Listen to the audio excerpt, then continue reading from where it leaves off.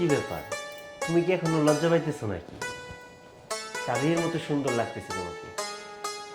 আমি সুন্দর মনে করেছিলাম, কিন্তু এত সুন্দর সেটা কখনো আমি ভাবতে পারিনি।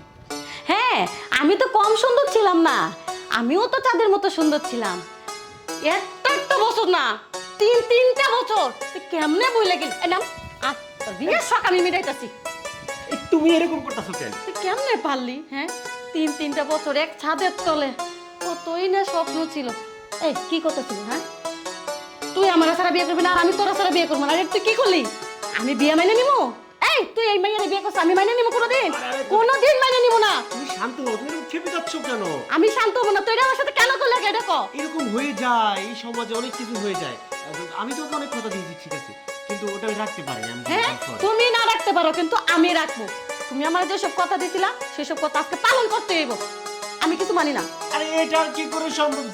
যাওয়ার কথা তো হয়ে গেছে, আমি কি করে এই কথাটা আবার পালন করব? আমি মানি না। এই মেয়েরে তুমি বিয়ে করছো না, আমি মানি না এটা।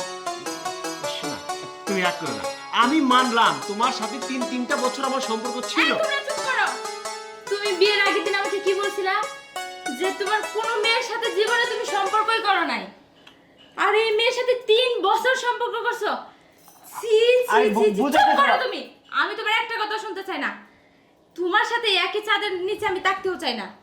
আরে তুমি কেন বুঝতেছো না? এটা আমার কথাটা শুনবে তো নাকি? আমি কি শুনবো তোমার কথা? তোমার মতো এরকম দুধ ছড়িতে এক লোকের সাথে আমার কথা বলতে ঘৃণা করতেছে।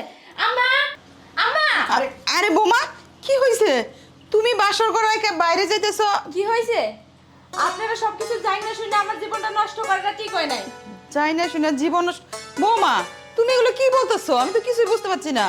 এমন ভাব নিচ্ছেন আপনারা যারা কিছুই জানেন না। আরে ভাবি, আপনি যেটা ভাবতেছেন ওরকম কিছুই না।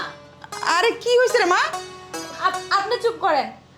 আপনি তো আমার জীবনও নষ্ট করলেন, প্লাস এই মেয়ের জীবনটাও নষ্ট করলেন। আপনি তো পারতেন 3 বছর ধরে আপনার পোলারে মেয়ের সাথে সম্পর্ক, আপনি কি পারতেন না যে ওর সাথে বিয়ে করাই দিতে?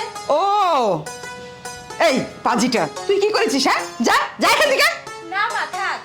3 বছর ওর সাথে যেহেতু সম্পর্ক হয়েছে, তো ওর সাথেই থাকুক, ঠিক আছে? আমি চলে যাই। বোমা, কি ব্যাপার? আমি তো মানে তোমাকে কোনোভাবেই বোঝাতে পারছি না যে আসলে ওর সাথে ওইরকম কোনো সম্পর্ক নেই। ও আর বন্ধু। আমরা দুজন বেস্ট ফ্রেন্ড। আরে মা, তুমি ওকে ভুল বোঝো না। ও হয়তো রাগ করে ওকে দাওয়াত করেনি, এই জন্য এই প্ল্যানটা করেছে। ভাবি সরি, আসলে এটা তুমি ডিস্টার্ব করবে। হয়েছে কি, এই যে আমার বেস্ট ফ্রেন্ড আছে না, ও একে একে বিয়ে সবকিছু করছে কিন্তু আমাকে কিচ্ছু বলে না। আমি একটু থাকতাম, একটু তুই সবসময় বেশি বলিস। মা, ওকে নিয়ে যাও তো। এই যা, যা, এই যা, চল তো। যা। যাই ভাবি। হ্যাঁ, আচ্ছা, এই দরজা আটকে দে। শোনো, ও হচ্ছে আমার খুব ক্লোজ বান্ধবী ছিল, খুব দুষ্ট। আজকে যে এই সময় ভাবে দুষ্টামিটা করবে সেটা আমি কখনো বুঝতেও পারিনি। আর তুমি না শুধু শুধু রাগ করে বসে আছো, আমার সময়টা নষ্ট হয়ে যাচ্ছে। বসো তো।